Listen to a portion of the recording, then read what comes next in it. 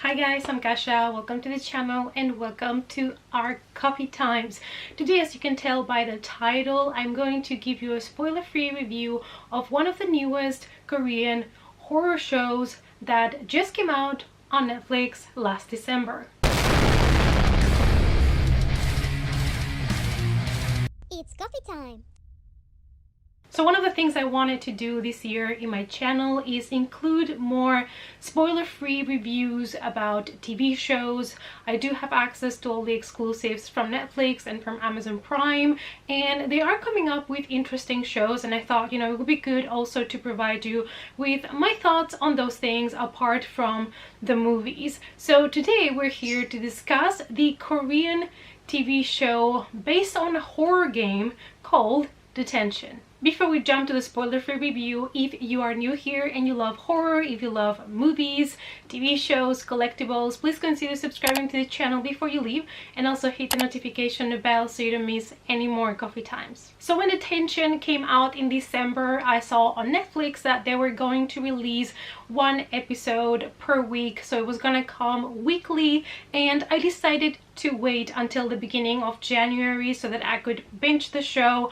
I know they actually did it on purpose to release it bit by bit, but I really wanted to wait until the whole show was out. Also, the ending of December I was really busy, so that's why this review is coming a little bit delayed, but I hope that you guys are still interested to know my thoughts on the show. Detention is a Taiwanese supernatural horror drama streaming television show created for Netflix in collaboration with public television service, based on the video game of the same name developed by Red Candle Games. Same as the game, this is developed in the era of the martial law, also known as the White Terror, which is one of the best things about this show, is that you're not only getting a horror story, but you're also getting a glimpse into history, and a history that not many of us are going to be familiar with.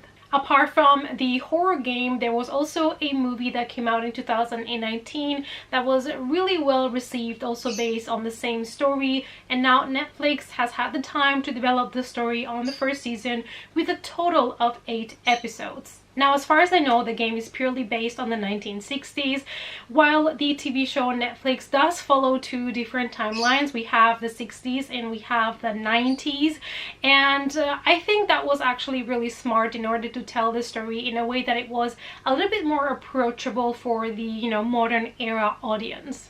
In that first episode, they're already giving you a glimpse on the story about, the history of the country that the show is based on. So you see, we are in the 60s, we are in a classroom, and some of the students are being arrested because they are believed to be spies. This is kind of what happened during the White Terror, and the student that kind of, told about them, the one that got them in trouble, she cannot deal with the blame, so she ends up committing suicide, and those are basically the first 5 minutes of the show that are setting up the story.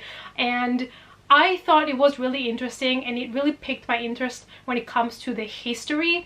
And now that I have finished watching the show, I really recommend you, if you're gonna watch it, maybe to do some previous research about the White Terror and what happened, because then you're going to have a different understanding of the show. So after that introduction, we actually jump 30 years into the future. So we are now in the 90s, and a girl is being sent by her mother to this school, the Greenwood School, and the school has not changed at all in the last 30 years. So we see this girl being taken by her mom in a bus to this school, and she doesn't know what's going to happen to her, and soon enough she realizes that it is indeed not going to be a fun time at this school. The moment she gets there, the officer at the door that receives her takes her books away because they are not allowed to have any other books apart from the ones that they're giving by this school, and anybody that develops any sort of rebellious behavior is going to be automatically labeled as a devil. And not only that, but they will have to wear this kind of necklace that is marking them as one of the bad ones. The very next day that she gets there, she realizes that there is this intriguing, closed, boarded up building, and of course it piques her interest, and she ends up going there to investigate, and she ends up seeing the ghost from this girl that committed suicide 30 years ago. So this is the very basic, the very beginning of our story. this is not really a spoiler, and from here we take it on as the story develops and we get to learn a lot more about the history. This first episode serves a little bit more of a setup of the whole story, so it is not as creepy as